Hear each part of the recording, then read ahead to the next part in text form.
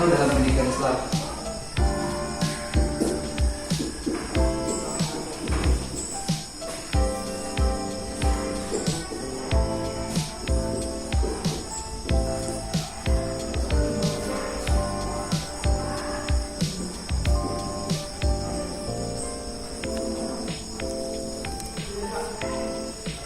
Oke, baik, konsep ikro dalam pendidikan Islam.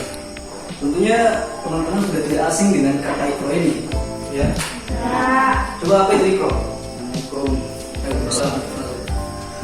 coba apa itu ikro? Kalian tahu? Kalian? Bukan ikro ini ya, ikro yang membaca di masjid. Apa itu ikro? Ya. Oke, baik. Ikro itu adalah berasal dari dan cerdaslah.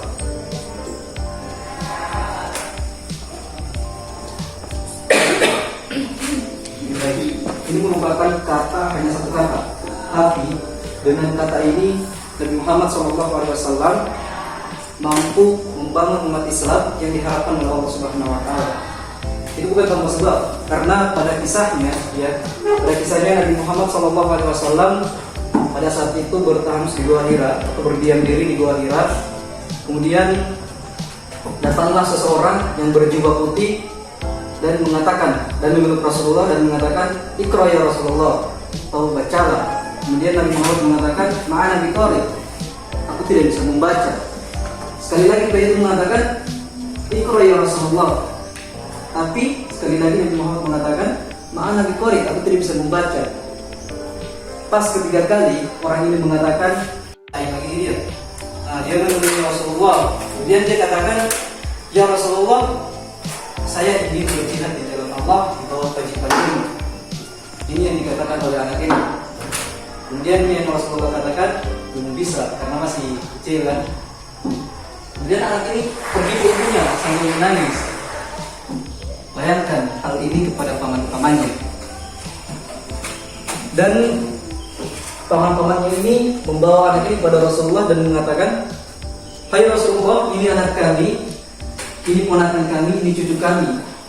Dia bisa membaca, dia bisa membaca, dia bisa menulis.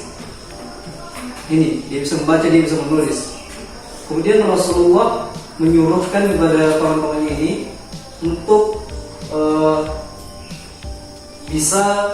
anak ini bisa belajar bahasa Ibrani. Kemudian pada waktu yang singkat, ya, ajaibnya anak ini berhasil menemui Rasulullah. Kemudian Rasulullah katakan, "Belajar dulu bahasa Yunani." Benar? Dengan waktu singkat anak ini berhasil belajar bahasa Yunani. Kemudian siapa nama anak ini? Ya, nama anak ini adalah Zaid bin Sabit.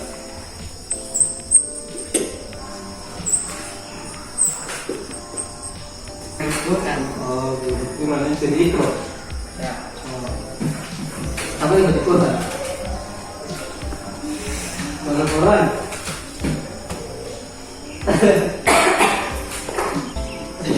Cuman ingat dari jalan.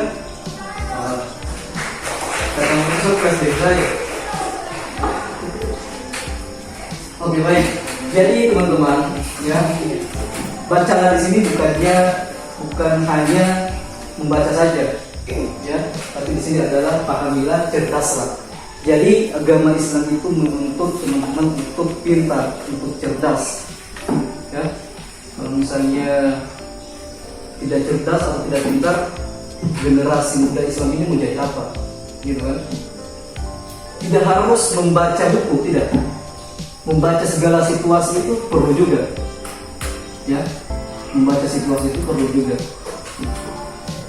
Jadi sampai dapat ranking satu sini, menjaga ranking satu. Nah, saya cerita. Orang Jepang itu terlahir dengan dua cara. Pertama, dia terlahir dengan bakat, dengan kecerdasannya. Kemudian dia terlahir dengan semangat juangnya atau pantang menyerah. Dua orang ini adalah dua orang yang hebat. Gitu. Jadi kalau misalnya orang yang hanya bermodalkan pantang semangat dan kerja keras ini bisa menyamai orang yang hanya terlahir dengan bakat dan juga kecerdasan, tapi butuh waktu yang lama. Seperti itu. Ibarat yang cerdas itu sudah melangkah satu langkah, orang baru di ini. Tapi jangan minder. Orang mau sama-sama dengan orang, mau setara dengan orang, dengan kerja keras, dengan belajar, dengan membaca.